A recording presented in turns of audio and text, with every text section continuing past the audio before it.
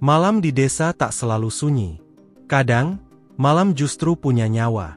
Ia tidak bicara, tidak tertawa. Tapi ia bergetar. Seolah tanah sendiri sedang berbicara dalam frekuensi rendah. Itulah suara yang lahir bukan dari alam, tapi dari manusia. Dari tumpukan kabel. Dari kayu lapis yang dibor, dari truk terbuka yang berubah jadi altar dentuman. Dan suara itu, bukan sekadar bunyi. Dentuman bass yang menggetarkan dada bukan hanya pertunjukan. Ia adalah perlawanan. Ia adalah bahasa. Ia adalah kebebasan yang tidak pernah diminta izinnya. Tak ada yang tahu kapan pertama kali suara itu lahir. Tak ada sejarah resmi tentang siapa penciptanya. Tidak ada catatan akademik tentang sound horeg. Namun jejaknya bisa kita ikuti. Di ujung jalan-jalan tanah. Di festival rakyat. Di pesta desa. Di lapangan yang tak bertembok. Di telinga-telinga yang pernah berdengung karena speaker yang terlalu dekat. Sound horeg. Sebuah istilah yang awalnya hanya guyonan. Kini berubah menjadi simbol. Dan pelan-pelan, menjadi ancaman. Ancaman bagi siapa?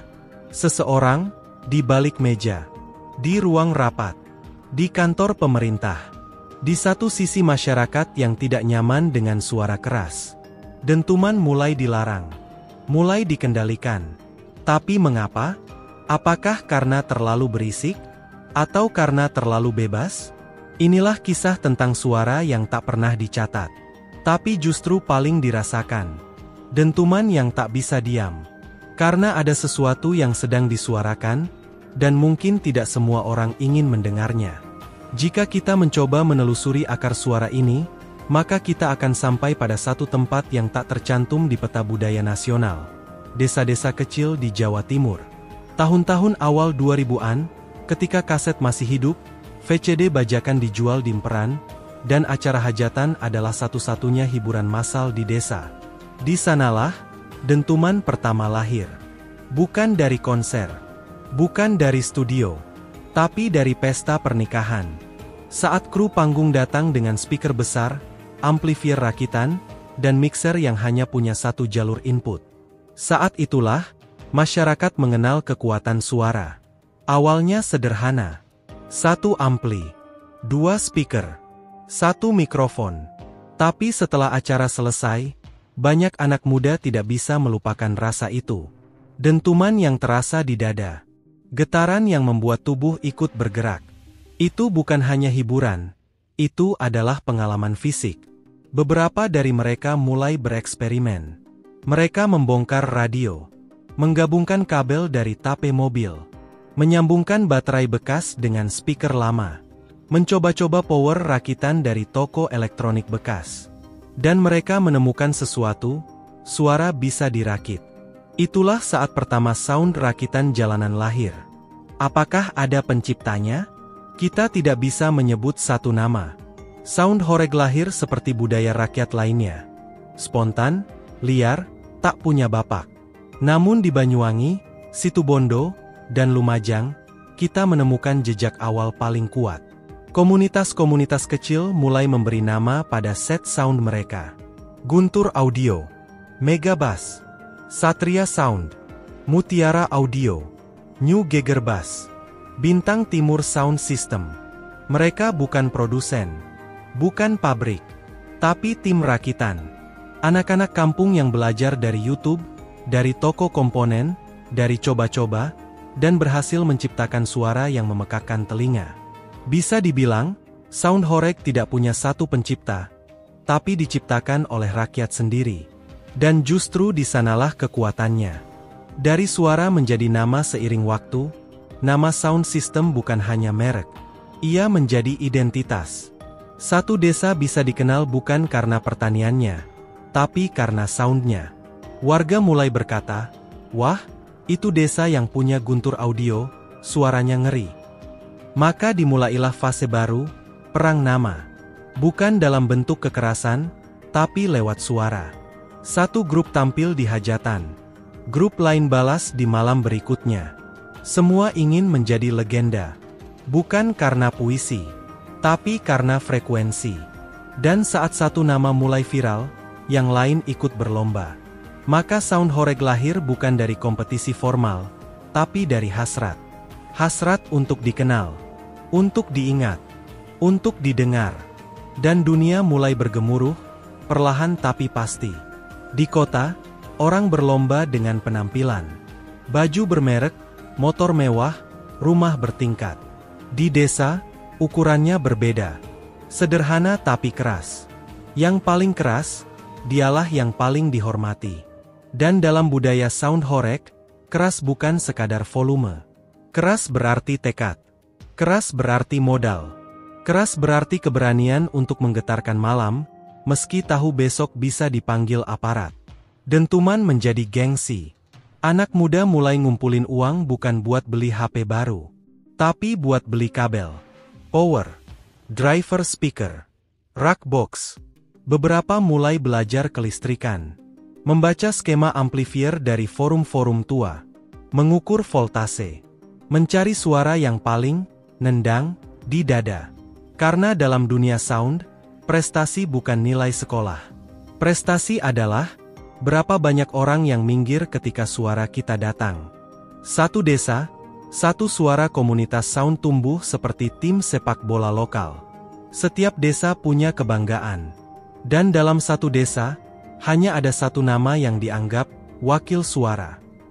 Ketika ada hajatan di desa sebelah, maka truk sound datang membawa lebih dari speaker. Ia membawa harga diri. Anak-anak nongkrong di pinggir lapangan sambil mendengar bagaimana bass memantul di perut mereka. Mereka tidak bertepuk tangan, tapi mereka mendengar dalam-dalam. Dan jika suara lawan lebih keras, mereka pulang dengan rasa kalah. Kalah bukan karena pertarungan, tapi karena desanya tak mampu bersuara sekuat yang lain. Itulah cara baru desa bersaing. Bukan lewat panen padi, bukan lewat jumlah sapi, tapi lewat dentuman. Uang, tapi bukan untung menariknya. Sound horeg jarang mendatangkan untung. Sebagian besar justru rugi. Rugi waktu, rugi uang, rugi alat karena kabel putus, ampli jebol, speaker kebakar. Tapi tidak ada yang mengeluh. Karena rugi bukan masalah. Yang penting, gengsi tetap berdiri. Itu sebabnya banyak orang menyebut sound horeg bukan sekadar hobi, tapi keyakinan. Sebuah gaya hidup yang tidak bisa dijelaskan dengan logika ekonomi.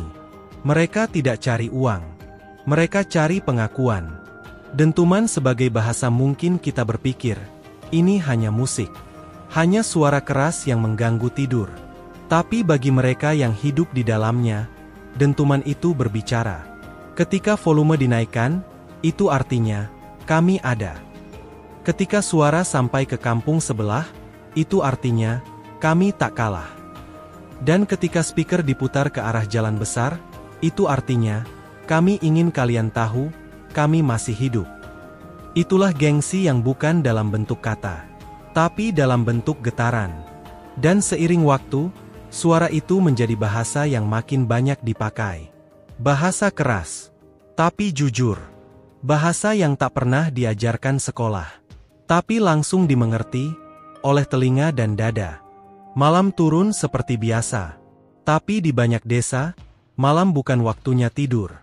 Malam adalah panggung.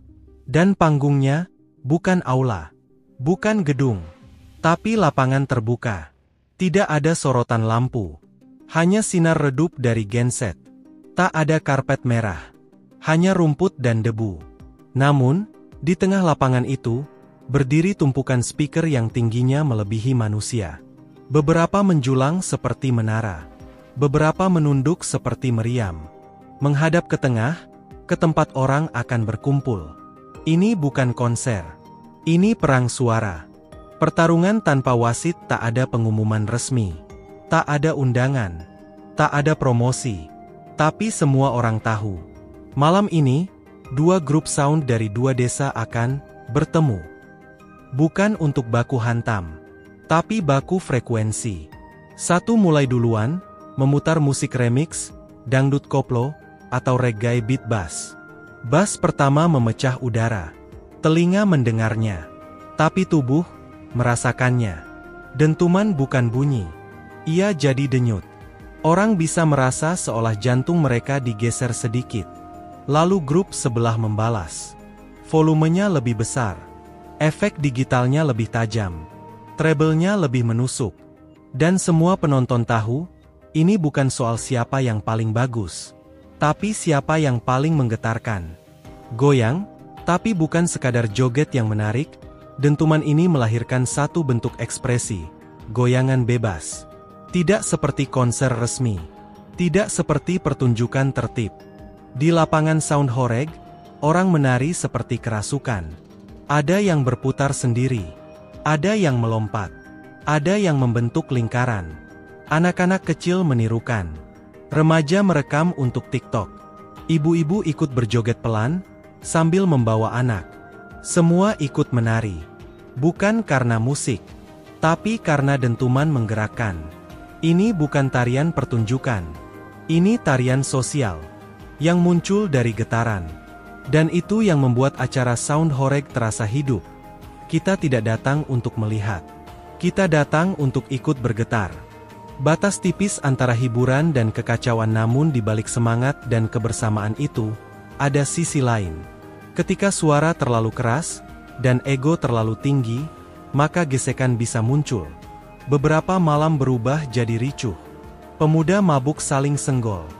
Desa yang kalah volume merasa dipermalukan. Kadang, satu kesalahan teknis, suara mati di tengah lagu, dianggap aib. Dan bisa memancing amarah.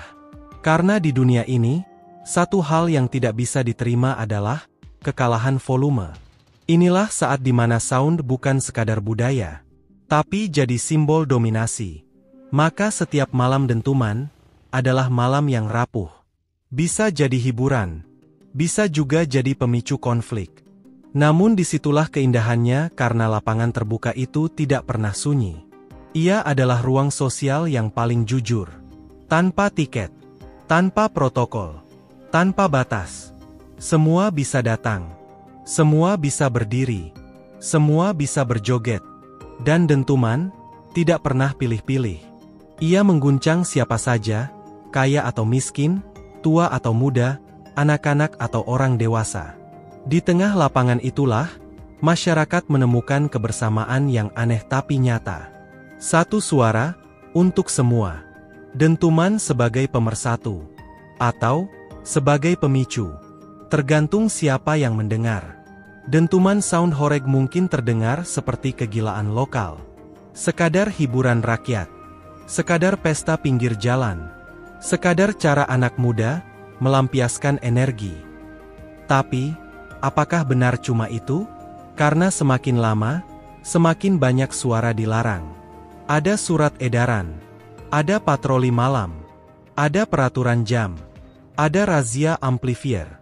Beberapa desa bahkan membuat perda yang membatasi volume dan waktu operasional sound system. Dan yang anehnya lagi, larangan-larangan ini tidak konsisten. Kadang diperbolehkan, kadang dilarang, kadang diatur ketat, kadang dibiarkan liar.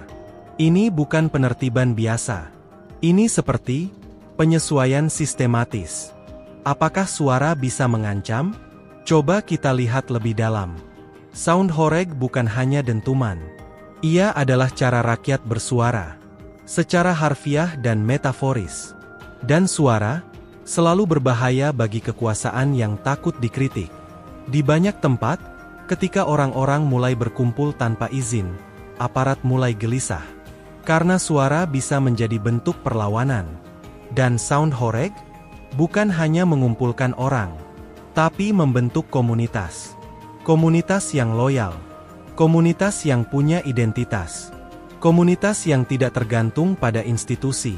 Dan seperti sejarah mengajarkan kita, kekuasaan tidak pernah suka komunitas bebas. Konspirasi. Siapa yang diuntungkan kalau suara dibungkam? Ini pertanyaan yang jarang ditanyakan. Ketika suara rakyat dibatasi, siapa yang diuntungkan? Pertama, tentu saja, pihak berwenang. Mereka tidak perlu khawatir ada kumpulan anak muda tanpa izin. Mereka bisa menjaga ketertiban sesuai versi mereka. Tapi ada juga kemungkinan lain. Jika rakyat tidak bersuara, maka pengalihan bisa dilakukan lebih mudah. Pembangunan bisa dilewati tanpa disorot. Anggaran desa bisa digeser tanpa keributan. Suara minoritas bisa ditenggelamkan dalam kesunyian yang dibuat-buat. Dan lebih jauh lagi, pasar industri hiburan bisa lebih mudah dikendalikan. Karena Soundhoreg tidak tergantung pada sponsor, iklan, atau label musik. Ia adalah budaya independen. Dan industri besar tidak suka yang tidak bisa dikontrol. Mereka lebih suka konser resmi, berbayar, tertib, dengan merek sponsor di backdrop. Soundhoreg tidak punya itu. Dan karena itu, ia dianggap liar. Lalu perlahan, ia dilabeli sebagai gangguan.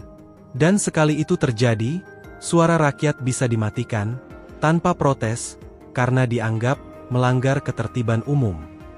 Dentuman yang tak diinginkan sistem. Dari sinilah muncul satu konspirasi besar yang dibicarakan diam-diam di komunitas sound. Mereka bukan takut suara kita.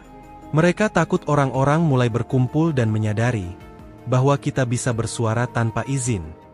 Karena begitu rakyat menemukan suara mereka sendiri, mereka tak lagi membutuhkan hiburan buatan. Mereka menciptakan dunia sendiri. Dan dunia seperti itu tidak bisa diprediksi. Tidak bisa dikendalikan. Langit sudah kembali gelap. Panggung dibongkar. Speaker dibungkus terpal. Truk meninggalkan lapangan yang kini kembali sunyi. Tapi suara itu tidak benar-benar pergi. Ia masih menggantung di udara. Seperti gema yang tak selesai. Mengendap di tanah. Menempel di dinding rumah-rumah. Dan mereka yang pernah mendengarnya tahu bahwa suara itu bukan sekadar dentuman. Ia adalah tanda, sebuah kode, yang hanya bisa dibaca oleh mereka yang peka. Banyak yang mencoba menghapusnya. Dengan aturan, dengan larangan, dengan stigma. Tapi suara, selalu punya jalan pulang. Ia bisa dilarang di lapangan, tapi hidup di ganggang kecil. Ia bisa dibungkam di kota, tapi menyala terang di desa terpencil. Ia bisa dianggap ancaman, tapi tetap jadi pelipur lara bagi yang merasa tak punya tempat di dunia ini. Karena sejatinya, dentuman itu adalah jeritan tak terucap. Keluh tak tertulis. Perlawanan yang tidak membakar, tapi mengguncang pelan, dari dalam. Dan jika benar ada konspirasi besar di balik pelarangan suara ini, bisa jadi itu karena satu alasan sederhana. Suara ini terlalu jujur. Terlalu liar untuk dikurung. Terlalu murni untuk dikomodifikasi. Terlalu rakyat untuk dikuasai segelintir elit. Maka ia dibungkam, dikendalikan, dilabeli bising, dicap mengganggu.